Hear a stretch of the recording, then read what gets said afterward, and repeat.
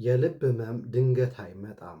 የልብ ህመም ከመከሰቱ በፊት ሰውነታችን ቀድሞ ከወራቶች በፊት ስለ ጤናችን ሁኔታ ምልክት ይሰጠናል።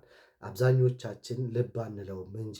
አሁን የምነግራችሁን ምልክቶች በራሳችሁ ላይ ካስተዋላችሁ ሕይወታችሁን ማትረፍ ትችላላችሁ። ሰውነታችን ከሚያሳየን ምልክቶች መካከል አንዱ ደረት አካባቢ የሚሰማን የህመም ስሜት ነው። እንደዚሁም ደግሞ በእግራችን በቁርጭምጭሚታችን አካባቢ የማበጥም ሁኔታ ይታያል። እንዲሁም በቀዝቃዛ ቦታ ላይ ሆነን ከፍተኛ የሆነ ላብ ሊያልበን ይችላል። እንዲሁም በመገጣጠሚያ በአንገት እንዲሁም ደግሞ በትከሻ አካባቢም የህመም ስሜቶች ይሰሙናል።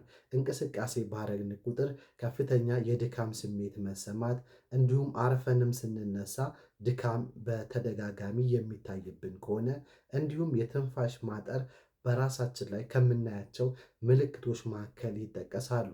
በቀጣይ ቪዲዮ በዚህ ርዕስ ዙሪያና ተፈጥሯዊ የጤና መፍትሄዎች ምንድናቸው የሚለውንም በዝርዝር እንመለከታለን። ሐሳቡ ጠቃሚ ነው ብላችሁ ከወደዳችሁ ቤቱን ፎሎ ማድረግ እንዳትረሱ።